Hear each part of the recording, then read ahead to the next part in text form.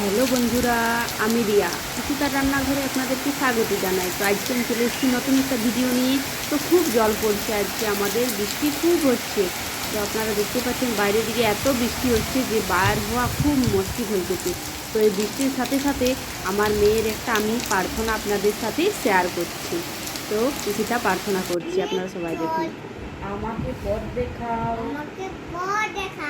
আমাকে রক্ষা করো, আমার হৃদয়ে প্রদীপকে প্রজ্বলিত করো,